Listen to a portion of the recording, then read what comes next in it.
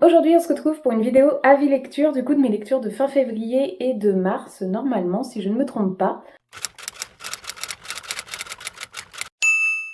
Je vais vous montrer petit à petit, là je vais vous parler des 3 dernières lectures que j'ai faites et de 2 autres que j'ai faites avant, mais du coup je me rappelle plus très bien, donc on va faire assez rapide.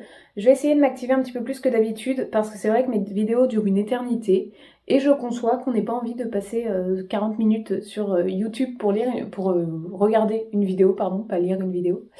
Et du coup, je vais essayer de m'activer un petit peu, c'est promis. On commence au pif. Voilà, comme d'hab, moi je les attrape par attrapage, c'est pas par goût et compagnie. J'ai lu Les Sentiers de Recouvrance de Émilie Kerbalek, c'est chez Le Livre de Poche. Celui-ci m'a été envoyé par la maison d'édition, du coup, Le Livre de Poche, dont je suis ambassadrice pour la collection Imaginaire. Ça a été mon premier coup de cœur de l'année. Ici, on est en 2035. On suit Anastasia et Hayden, c'est ça. Anastasia et Hayden qui, du coup, vont chacun partir dans un genre de périple pour un petit peu se retrouver. On est dans notre monde actuel, hein, on est en France et un petit peu en Espagne aussi, euh, tel qu'on le connaît, si ce n'est que la planète est quand même sous la canicule et compagnie, et que les paysages et la façon de vivre a un petit peu changé. On suit Hayden qui, lui, a fait une grosse bêtise, et qui, du coup, à cause de cette grosse bêtise, ça va être le démarrage de ce périple-là. Lui est en relation très conflictuelle avec son père et en bonne relation avec sa mère. Et dans l'autre sens, on va suivre Anastasia, donc les deux sont adolescents ou jeunes adultes. Anastasia qui, elle, a perdu son papa et qui avait une relation très fusionnelle avec son papa et qui l'a perdu, et qui n'a pas une bonne relation avec sa mère. Donc là, on est dans l'autre sens. Il y a un rebondissement au milieu que je trouve assez fou, parce que en lisant le résumé, en fait, en relisant le résumé, j'ai compris, mais en le lisant la première fois, j'avais pas du tout compris qu'on partait sur ça. Moi, j'étais vraiment partie sur un voyage un peu dystopique et compagnie. Et ben, c'est ça, mais c'est pas ça. Je n'ai pas envie de vous en dire trop. Si vous êtes travailleur social, parce que moi je suis travailleuse sociale pour le coup, je trouve que ce livre est une justesse folle par rapport aux descriptions des jeunes et à ce qu'ils vivent. Vraiment, je m'arrête là parce que du coup je veux pas spoiler quoi que ce soit, mais on suit du coup ces deux protagonistes dans leur aventure, dans leur quête d'eux-mêmes, qui est génialissime. Il est très court, ça se lit tout seul. J'ai vraiment adoré, j'ai très envie de lire d'autres livres de l'autrice. Un autre livre que j'ai lu, c'est mon chéri qui me l'a ramené, parce que moi pour le moment je ne peux pas sortir, j'ai une sangsue collée à moi pour allaiter, donc du coup c'est lui qui va faire les courses, et en revenant des courses il m'a ramené le dernier tome qui est sorti des Carnets de l'apothicaire, donc c'est le tome 16, toujours par Itsuki Nanao, et c'est toujours Neko Courage qui fait les dessins. Vous savez que les Carnets de l'apothicaire, Frieren et l'Atelier des sorciers sont les 3 mangas, ils sont là, que j'adore et que je suis, donc j'étais trop contente d'avoir ce tome 16. Ici, pour faire simple, pour ceux qui n'ont jamais lu Les Carnets de l'apothicaire, on suit Mao Mao, qui est une fille d'apothicaire qui a été élevée dans le quartier des plaisirs, mais qui a été un peu, pas volée, comment on dit, kidnappée, et qui est kidnappée et emmenée dans la cour impériale pour servir de servante et un petit peu de soigneuse ou de goûteuse de poison, un petit peu tout ça. Bref, on la suit dans tous ces tomes, à chaque fois il y a un petit peu comme une aventure policière, en tout cas elle résout une enquête à chaque fois. Et là, depuis les 2 derniers tomes, celui d'avant et celui-ci, on est dans un gros rebondissement, dans le sens où il y a un protagoniste qui est en train de se dévoiler, qui dévoile sa vraie identité petit à petit, donc ça c'est vraiment très très chouette.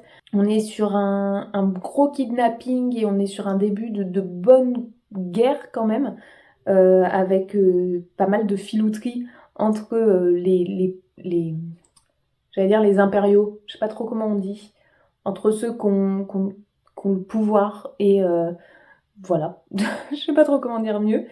Et celui-ci est génial. Pour le coup, celui-ci, je l'ai fumé à une vitesse. Autant des fois, il y a la petite enquête, voilà, c'est sympa et tout. Celui-ci, waouh, dinguerie. C'est même pas centré forcément sur Mao Mao, celui-là. Mais c'est vraiment trop trop bien. Le rebondissement que j'aime de ouf à travers cet tome 16. Mais j'ai aucune idée de combien il y en aura au total. Par contre, ce qui m'enquiquine, c'est qu'à la fin de ce tome 16, c'est pas un spoil, hein, il y a écrit qu'il y a une personnage qui s'appelle Sulei, que vous verrez plutôt tôt dans le manga. Un personnage qui s'appelle Sulei, et du coup à la fin de ce manga, il y a écrit que est sorti un manga uniquement sur les origines de Sulei et sur son enfance. sauf que j'ai un peu fouiné, machin et tout, et c'est juste que ça, c'est la traduction mot pour mot, enfin, et image pour image de celui de base qui est japonais, le manga. Et en fait, le préquel, entre guillemets, l'histoire de Sulei, n'a pas été traduite en manga en France. Donc je crois qu'elle est lisible sur internet, sur le site officiel, je sais pas trop quoi, mais j'ai pas réussi à regarder ça. Mais en tout cas, ça n'est pas sorti en manga, ce qui est très dommage. Kiyun, je sais qu'il y a plein de commentaires sur Facebook et tout, où on vous demande de le publier. S'il vous plaît, si vous regardez cette vidéo, publiez-nous ça. Nous qui adorons les carnets de l'apothicaire, si on a acheté le tome 16, ça veut dire qu'on a envie d'acheter le préquel et qu'on a envie de savoir. Donc allez-y, si vous continuez à en sortir, c'est que ça marche. Donc s'il vous plaît, faites paraître ça. Je vous ai fait tomber, pardon. Ensuite, petit livre, première fois que je lis une cozy fantasy. Je crois qu'on peut le mettre dans les cozy fantasy, il me semble. Il s'agit d'un livre qui est paru tout juste le 4 février, je crois que c'est le 4, Les Oubliés de Greenborough de Sarah Beth Durst, qui est édité chez Verso. Et je vous en ai fait un unboxing sur TikTok et sur Insta. Et sur unboxing aussi, je crois. Enfin, sur YouTube, pardon. Sur unboxing. Bref, celui-ci qui est très joli, voilà. C'est une cozy fantasy. Ici, pareil, on va suivre une jeune femme. En fait, on va suivre 3 générations de femmes, mais on va être focus sur la dernière principalement, qui est Elisa. C'est de nos jours, du coup, Elisa, où on la suit. Et on va suivre 2 autres femmes, voilà, à 2 générations différentes. Et en fait, Elisa, son problème, c'est qu'il y a une malédiction qui la suit, une malédiction qui suit sa mère, une malédiction qui suit sa grand-mère. Et cette malédiction, elle fait que si jamais elle s'implante dans une ville, si jamais elle s'y sent bien, si jamais elle construit son foyer, elle se transformera en arbre, donc son sang va se transformer en sève, ses cheveux vont devenir des feuilles et compagnie, bref, elle va se transformer en arbre, donc c'est foutu. C'est très cosy. Au début, j'ai été très perturbée parce que je me suis dit, ah, ça va être chiant. Je me suis dit, ça va être long, moi j'aime l'action, j'aime quand il se passe des trucs, machin. Et bien en fait, dans une cozy fantasy, il se passe des trucs et on s'ennuie pas malgré l'a priori que j'avais.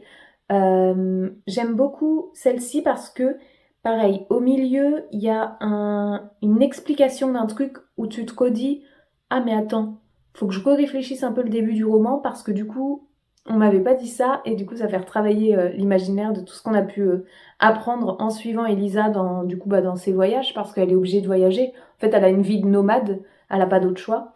Pareil, je pense qu'à partir du milieu jusqu'à la fin, il y a ça dévoile tellement de choses qui sont où ça te fait pan, pa, pa, et tu te dis ok, ok, ok. Ça me fait penser aussi à, peut-être certains l'ont lu, la saga Wayward Pines, parce que dans Wayward Pines, en fait, c'est comme ici, à partir du moment où le protagoniste principal va dans la ville mentionnée, donc là-bas Wayward Pines et ici Greenborough, c'est une ville où la personne ne peut plus jamais sortir, c'est ultra farfelu, il y a un peu de magie, fantasy, en fait on sait pas trop pourquoi là où les personnes qui y habitent sont condamnées à y rester, et pareil comme dans Wayward Pines, tous les habitants de cette ville sont condamnés à rester dans cette ville, chacun pour différentes raisons, etc. Et surtout, chaque personnage, chaque habitant de cette ville est ultra chelou.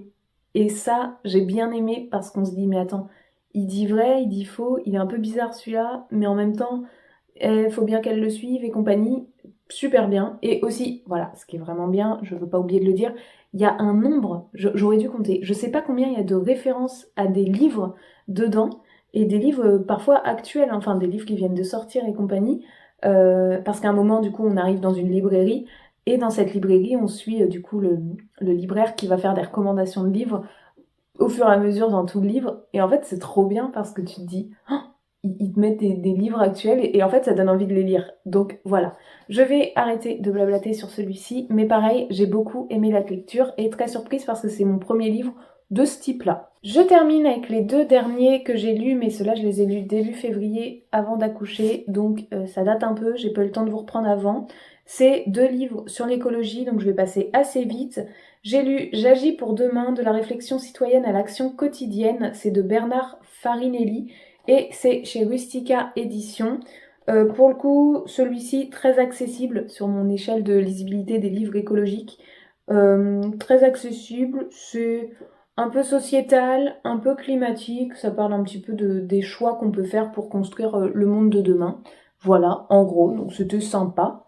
Et un autre qui était chouette, c'est Utopia le manifeste, penser et agir pour un monde habitable. C'est chez les éditions Utopia. Voilà. Par contre, celui-ci est un peu plus compliqué, entre guillemets, à lire et plus centré sur le droit. Enfin, c'est plus centré sociologie, je dirais, qu'écologie pour le coup. Et en fait, c'est des thématiques où il y a un petit chapitre à chaque fois et où il propose des solutions, en gros. Voilà, genre le droit à la culture, le droit au respect de la vie privée, le droit à des médias indépendants. Voilà, il y a quelques références, il y a quelques statistiques, mais il y a surtout des propositions de ce qu'on pourrait faire pour avoir un monde de demain un petit peu meilleur. Sur ce, je vais m'arrêter ici. Je vois que ça tourne depuis 12 minutes, donc avec le montage, on devrait être sur une vidéo de 10 minutes, ce qui peut être pas mal et suffisant. N'hésitez pas, vous, à me dire en commentaire si vous avez déjà lu certains de ces livres, s'il y en a qui vous donnent envie, si vous en avez sur vos wishlists, ou si vous en avez dans les mêmes thématiques ou par rapport à ce que je vous ai dit qui pourrait vous intéresser. Moi, c'était ce que j'ai pu lire ces derniers temps. Sur ce, n'hésitez pas à mettre un j'aime, à vous abonner, à commenter parce que ça soutient mon travail. Et moi, je vous souhaite bonne nuit, joyeux Noël, bonne fête des pères, bonne fête des mères et à très bientôt pour une prochaine vidéo. Ciao!